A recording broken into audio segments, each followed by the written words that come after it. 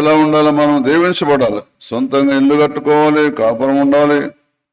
కాపురం లేదు, ఏం లేదు. ఇవాళ రేపు కొంతమంది అయితే సైతాన్తోటి కాపురం చేస్తున్నారు. దేవునితోటి కాపురం చేయాలి. నేను స్వకీయ సాంపత్యంగా దేవుడు రక్తం ఇచ్చుకుంటే సైతాన్తోటి కాపురం చేస్తున్నారు. వివేక మార్గం విడిచి తిరుగువాడు పేతల గుంపులో కాపురం ఉండను. సామెతలు 21:16. వివేక మార్గం, వివేకంగా నువ్వు ఎలా నడుచుకోవాలో దేవుని దగ్గర తెలుసుకోకుండా నువ్వు నడుచుకుంటే అవివేకివే. ఎవరు అవివేకంగా ఉన్నారో సైతాన్ని ఉరికొచ్చి నీతో కాపురం చేస్తాయి.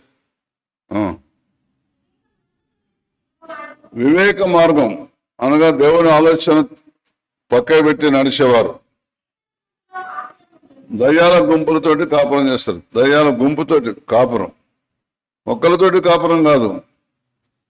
మళ్ళీ చదవండి. ప్రేత గుంపులో